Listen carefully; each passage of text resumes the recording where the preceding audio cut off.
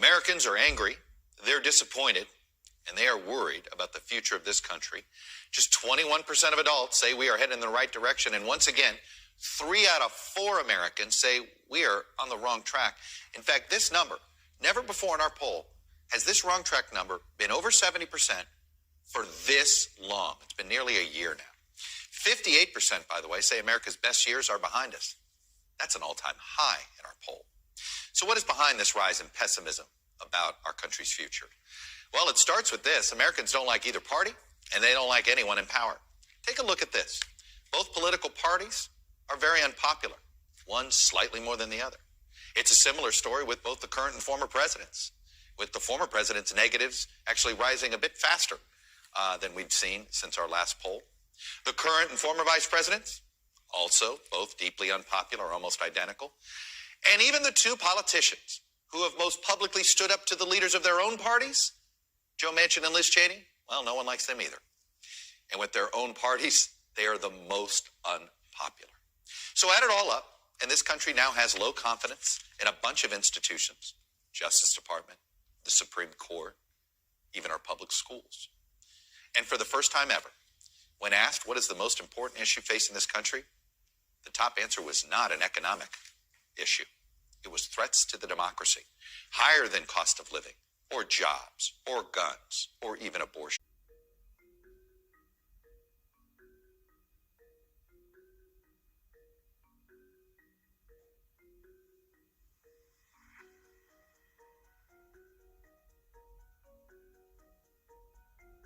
I just expect him to be the same as he's always been and not really do much for our country.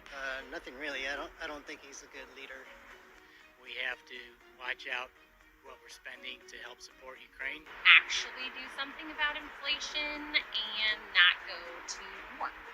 I think he should be focusing on the wall. There's just so many people coming into this country, and I am for anyone coming into this country legally, but the way they are just running over our border is not right. I just think that it's just going to be even worse than it already is. Inflation is already so bad. Inflation has to be one, whether it's gas prices or the price of groceries. And secondly, crime. We're at all-time highs.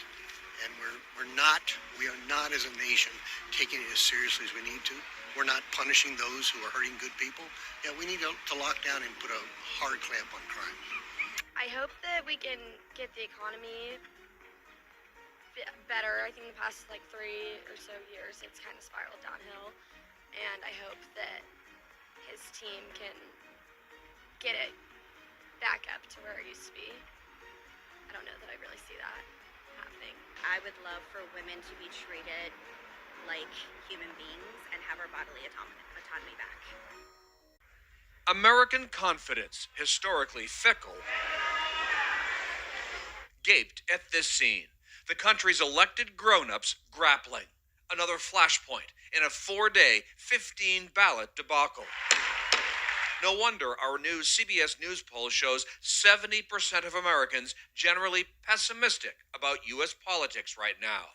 And 55% disapprove of the way Republicans picked their new Speaker of the House. About the economy, especially with inflation's long shadow and recession fears. Friday's jobs report suggested the economy's cooling, with wage gains slowing.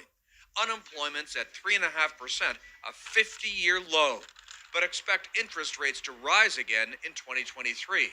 Our CBS News poll shows Americans feel better about the condition of the economy than they did 6 months ago.